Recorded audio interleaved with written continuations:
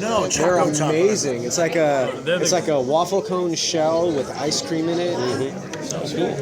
Tyler with Labine Incorporated. Hi, I'm Kimberly Brooks, and I play Princess Allura. Tim Hedrick, I'm a writer. .com. I'm Jeremy Shada. I play Lance. /org. Gov. Nice. I'm Bex Taylor-Klaus. I play Pidge.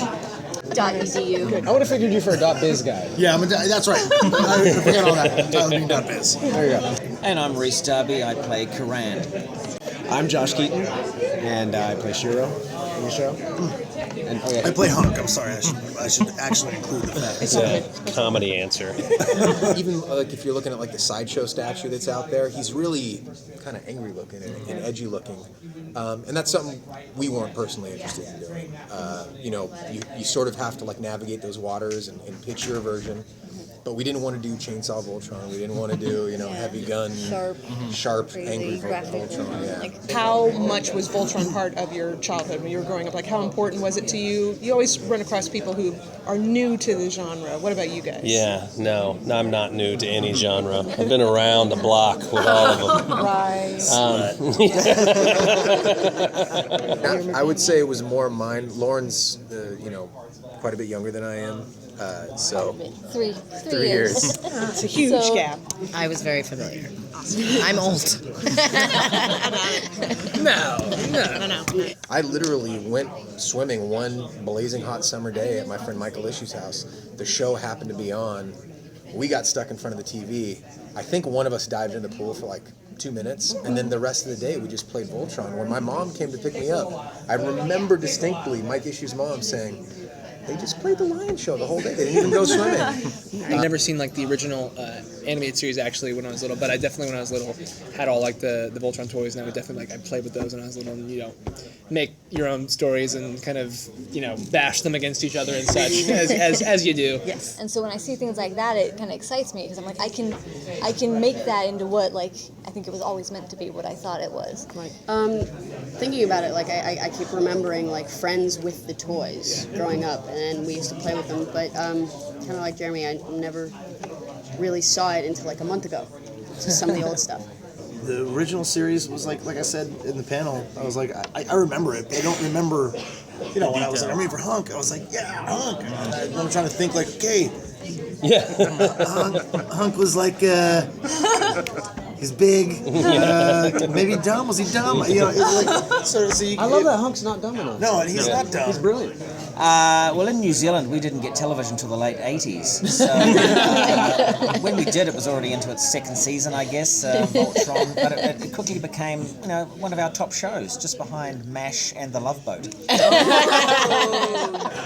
Basically what we try to do is just remain true to the idea of Voltron that we had, the memory of Voltron that I have when I'm like, this is what Voltron is, and then just make the best possible version of that. Yeah, I have whenever you tell people oh, I'm doing or close to Emily because you couldn't say anything else to anybody else. Exactly. So close to Emily, I'm doing this new remake of this old animated series, and they're oh, it's Voltron. You're that's so cool. Yeah, that's the reaction. Yeah.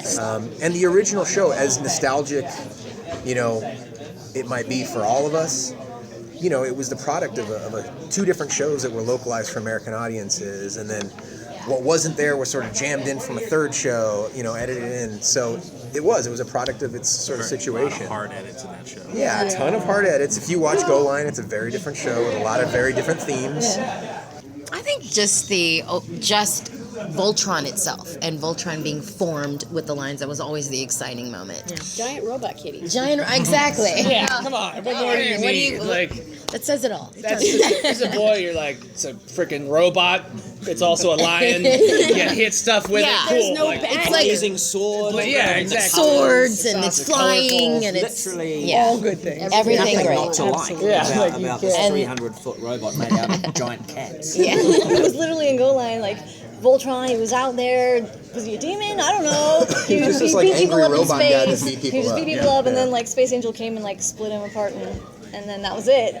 Which, then, by the way, perfectly reasonable storytelling for the time. Yeah. But it's good because it's explained at least in our series as to why that's One is just so good because it just lays it all out and explains it all You know what's within seconds of Yeah. seeing the characters, and you Right. go, yeah, okay. Yeah. And yet like it explains everything you need to know, but Yeah. then you can tell that there's still some stuff that we're going to dive into later on in the season. That's It's, still like, to come, yeah. Still more. There was this like nugget that everybody sort of reacted to and everybody adhered to, and I think we just tried to, get at the root of that and let that blossom as much as it could. Can you give us any hints about what we're going to see this season? Like any kind of tips that aren't spoilers? Any kind of Giant robots. I know. Robots, they all form together. space, I guess cats, aliens. Maybe, only maybe. We introduced some new villains, but we still have an appreciation for what was there, and And the Zarkon difference- is not. He's not an exact He's not replica. exactly. Yeah. Hagar's a lot closer. it's not the same thing every week, so it's not going to be let's form Voltron and, not a and beat formula. that thing up. Yeah, there's no So formula. it's we don't always form Voltron. I mean, it doesn't happen all. A lot of episodes, and this also Yeah. runs to the binging platform with Netflix. They did a lot of episodes and kind of on a cliffhanger. It's a lot of cliffhanger. Romel. Romel. We'll just have to wait We'll and have to see. wait and but see. That's deep. That's deep story knowledge. Deep. Yeah. But I am very familiar with Romel. Yeah. Some really cool people. Will we see the space mice? Yes. Are we allowed to say that? Are we allowed to say it? No. Yes. They are allowed to say Like that. the talents didn't know whether they could answer that. I'm just answering it. I don't know if I can either. What are space mice? I don't know. You know what? It was not mentioned, so I don't know. Anything You know what? Said Hey, anything that about- was okay. And I'm telling you, space mice. Can't unring that bell. Yeah, no, you can't. They're in there and they're awesome. That was not in our talking points. That was not in our talking. That was not in I our will talking say, I'll points. put my neck out there. They can fire me. I'll say yes. Yes. Okay, We don't know when. We'll We share don't the know when. We don't know when, we don't know Yes. how, but I love them. But they I Rhys love go. them. We mentioned the space mice. So the space mice, yeah. So the space mice were. There's in the fine print on the bottom. Don't mention the space. Damn it. You try to make a show that you'd be interested in watching. So, I'm assuming that someone probably showed you, hey, here was the original pitch. Oh, I said no. I don't ever think, well, we can't do that because in the original Zarkon didn't do this or that. It's like the plot points I don't pay attention to at all. I mean, we're creating our own story.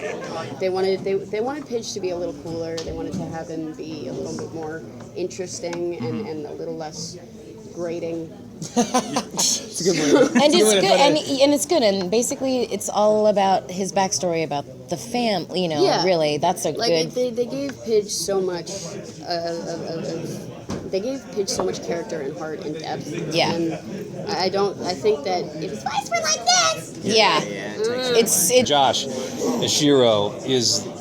I mean, when you hear his voice, it's like, yeah, let's form Voltron. It's like immediately he's the most viable leader. It's the hardest role. I think it's really incredible the way he nails this like inspirational team leader that sometimes has a bunch of lines that are just like fly right, fly left. It's just like can be like the most dry stuff, but I mean he brings so much just gravitas and punch to it. Wets it up. Yeah, I mean it's just like this guy's ahead. We're gonna do it. We're gonna form Voltron today. And it just makes sense. Like, I mean, literally somewhere in the recesses of my brain, I remember Sven or Shiro being the leader of the team. He was like the oldest dude on the team. He was the coolest. He Like, was like- aside from the accent, Yeah. he was the coolest guy. Like he always knew the right thing to say, and he saved Lance's life.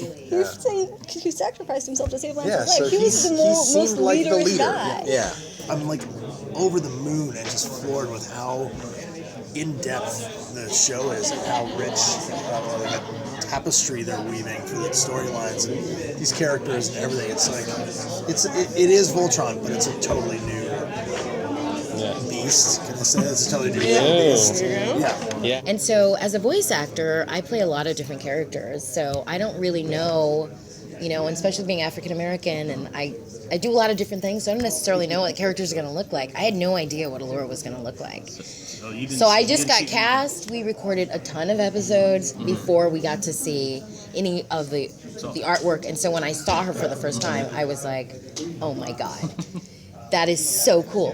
Perceptive and somebody that was calm and in control, didn't really fly off the handle. That was kind of where I started. And then once I saw the artwork, I wouldn't say it really changed what I came with, but I did add a little bit more of a military bearing to him, especially once I started knowing a little bit more of what his story was, how he was a pilot at the garrison and all of that. Later on, I kind of looked up like Wikipedia, like the character descriptions of the old characters, and like the exact same through line is still there for each character. I was like reading it, I was like, yeah, that's exactly what I'm doing character-wise. You know, It's just more. the essence of the character is still completely there. A lot of times, like in the comic reincarnations, they would do the opposite. They would put Keith in a black suit, and that always felt wrong to me because like Keith was a red guy. He always wore that funny like friggin' Formula One racer like a Formula red One racer outfit. suit, yeah, I was like, yeah. he shouldn't be wearing black. So it just felt wrong to me. And so instead of like putting them in the right color for the lion, I put them in the right line for the color.